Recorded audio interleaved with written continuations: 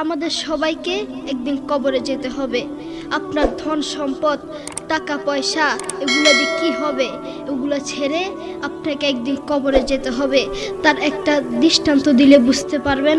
অস্ট্রেলিয়ার একজন যুবক যার নাম আলী বানাত, এখনো নেটে সার্চ দেন ALI আলী BANAT বানাত। তিনি একদিন চা খাচ্ছিলেন।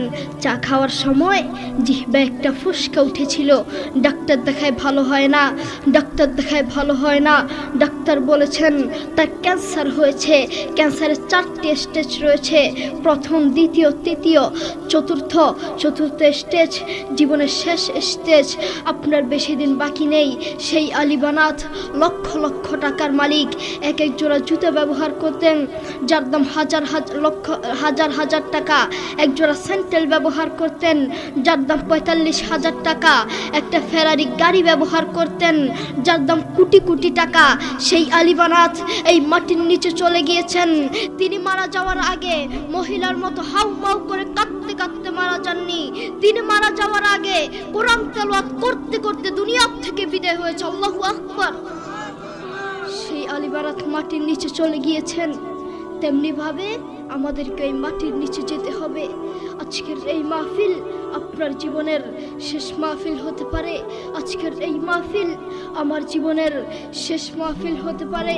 আজকের এই মাহফিল বক্তাদের জীবনের শেষ মাহফিল হতে পারে।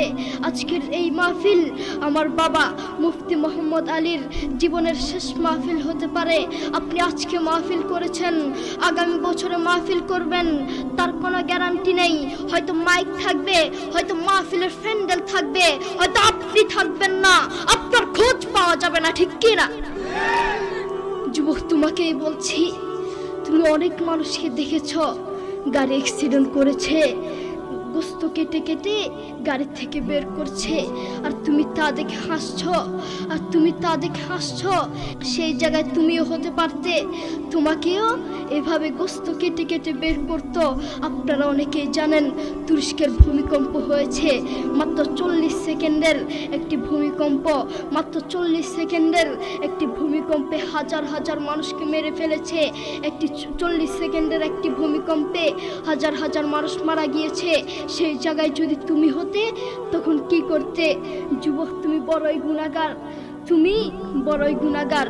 তুমি আল্লাহর কোরআনকে লাথি মেরে, আল্লাহর কোরআনকে অসম্মানী করে কবরে যাবে, শান্তি পাবে না। তুমি জানো কোরআন কি জিনিস? এই সারা দুনিয়ার মধ্যে যদি শান্তি পেতে চাও, কোরআন ছাড়া কোনো বিকল্প রাস্তা নেই, ঠিক কি না? যুবক,